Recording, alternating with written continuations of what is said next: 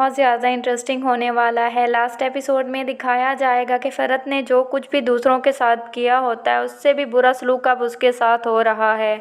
जिस सलमा पर फ़रत ने हुक्मरानी की और उसे उसके घर में ही नौकर की हैसियत से रखा, अब वहीं फ़रत उस सलमा की मोहताज बनकर रह जाएगी। सलमा के पाँव में जब जंजीरें डालकर उसे एक अलग रूम में बंद किया जाएगा तो सलमा फ़रत के पास आएगी और फ़रत से कहेगी कि देखो फ़रत, वक्त कैसे बदलता है। कल तक मैं तुम्हारी मोहताज थी और आज तुम मेरी मोहताज हो। तुम तो मेरी मर्जी के बगैर यहाँ से हिल भी नहीं सकती। सलमा जैसे ही ये बात कहेगी, फ़रत को इसकी बात सुनकर बहुत ज़्यादा गुस्सा आएगा और वो सलमा से कहेगी कि तुम मेरे साथ ऐसा नहीं कर सकती। तो सलमा फ़रत से कहती है मैं कर सकती हूँ, क्योंकि मैं तुम्हारे शर से अपने घर वालों को बचा कर रखना चाहती हूँ। मैं नहीं चाहती कि जो कुछ तुमने मेरे साथ किया अब तुम मेरे घर वालों के साथ भी वो सब कुछ करो। फ़रत के पास निदामत के सिवा कुछ भी बाकी नहीं रहेगा। उसका बेटा आदिल भी उसे छोड़कर चला जाएगा, क्योंकि फ़रत जब आदिल को मना करेगी कि वो उसकी शादी कभी भी मज़र की बेटी से नहीं करवा सकती, तो आदिल फ़रत के साथ अपने सारे ताल्लुक ख़त्म करके घर छोड़कर चला जाएगा। और जाते हुए वो फ़रत को ये बात कहेगा कि आप जिस भाई की ना हो सकी वो किसी की भी नहीं हो सकती। आपने अपने भाई के ही घर को ख़राब करने की कोशिश की है। आदिल आखिरकार अपने और ज़ारा के बारे में सब कुछ सच सच सारा को बता देगा।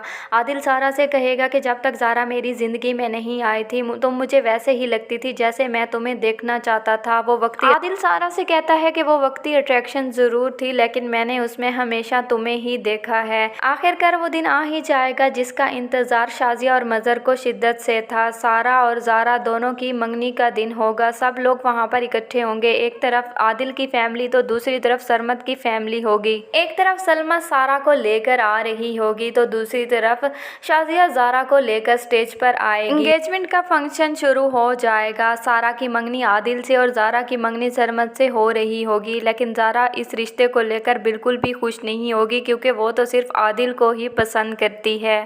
सरमद जब ज़ारा को रिंग पहनाने के लिए हाथ आगे बढ़ाएगा तो ज़ारा चुप होकर खड़ी रहेगी। वहाँ पर शाजिया ज़ारा से कहेगी कि ज़ारा हाथ आगे करो, लेकिन ज़ारा फ़ौरन ही वहाँ पर कह देगी कि मैं सरमद से कुछ बात करना चाहती हूँ।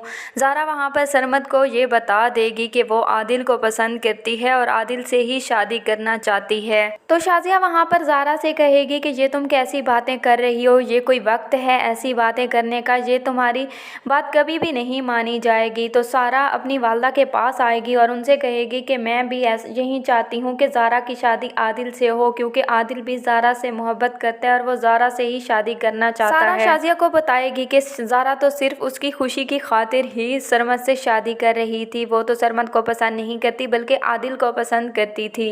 सारा की इस बात के बाद सब लोग ये फैसला करेंगे कि ज़ारा की शादी आदिल से और सारा की शादी सरमद से कर दी जाए। इस तरह सारा और सरमद भी खुश रहेंगे और ज़ारा और आदिल भी खुश रहेंगे। तो इस तरह होगी जुड़वा ड्रामे की हैप्पी एंड। नाज़रीन, आपको जुड़वा ड्रामे की एंडिंग कैसी लगी? अपनी राय का इज़हार कमेंट्स बॉक्स में करें। अल्लाह हाफ़िज़।